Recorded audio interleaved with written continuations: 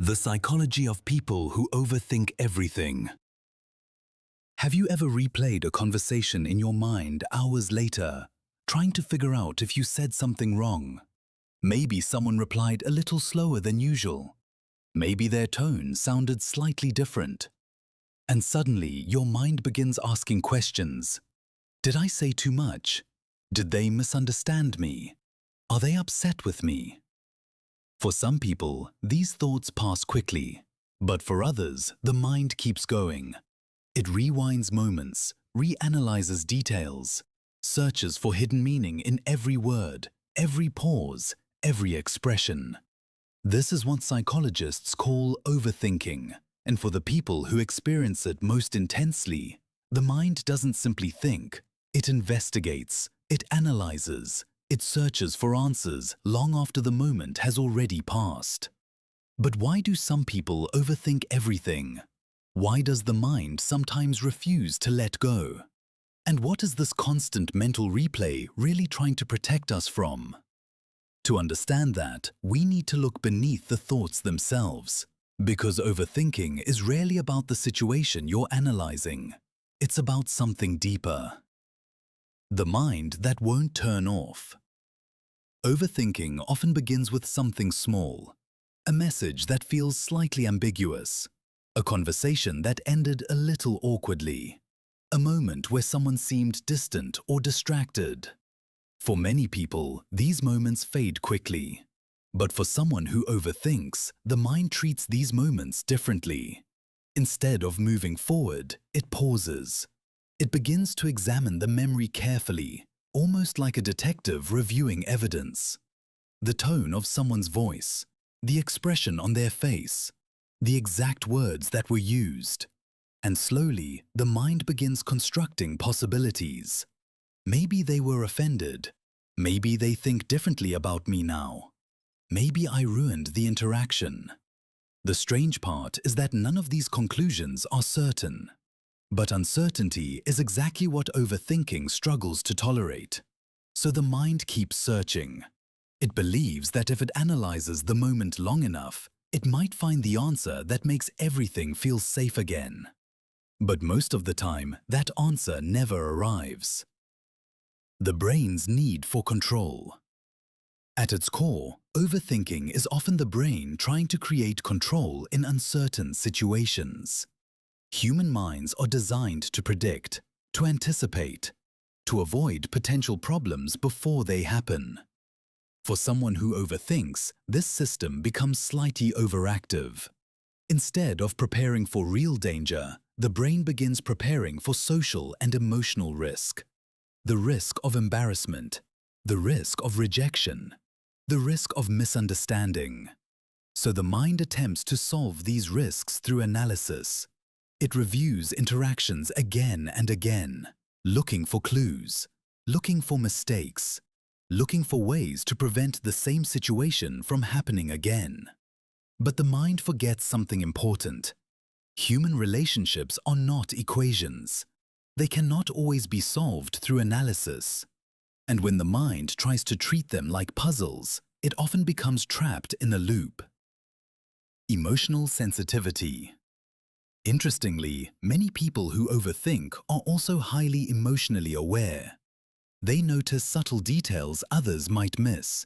A change in tone, a slight shift in mood, a pause in conversation. This awareness can make someone deeply empathetic.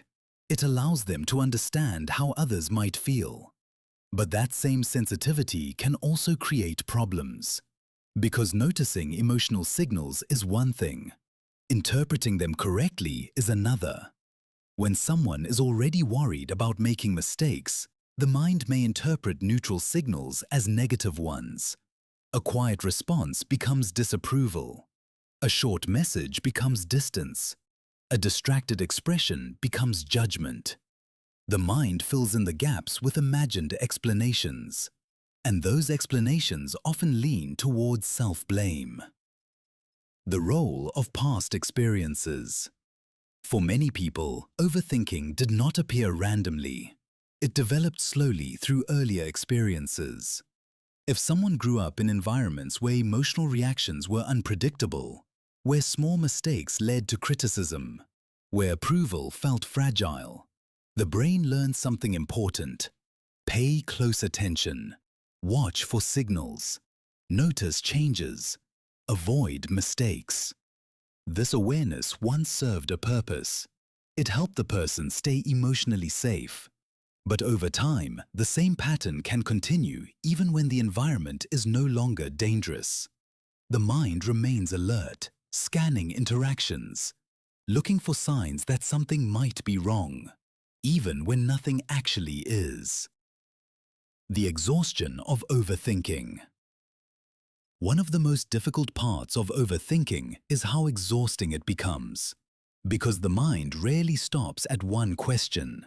It moves from one possibility to another. Maybe they misunderstood me. Maybe they think I'm annoying. Maybe I should have said something different. The brain searches for certainty, but instead it often creates more questions. This constant mental activity drains energy. It can make simple situations feel overwhelming. And sometimes it prevents people from enjoying moments that are happening right now.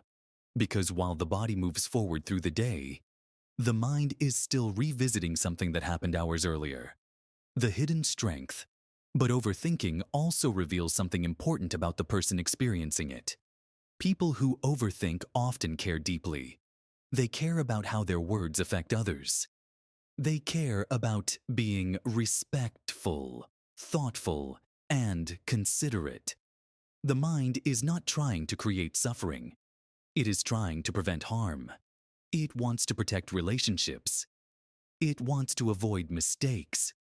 In other words, overthinking is often care expressed through anxiety. The intention is kindness, even if the result becomes exhausting. Understanding overthinking does not mean the thoughts disappear overnight. The mind may still revisit conversations. It may still ask questions.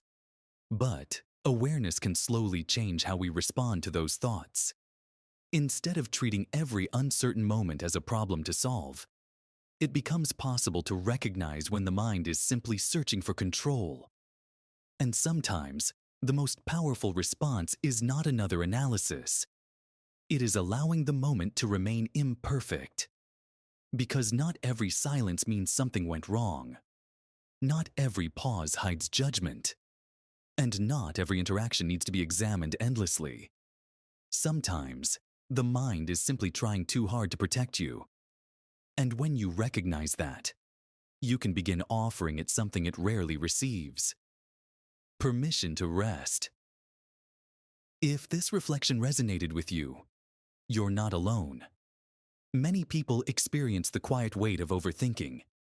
And sometimes the first step toward easing that weight is simply understanding why the mind does it in the first place. Thank you for watching. Please like, share, and subscribe to the channel.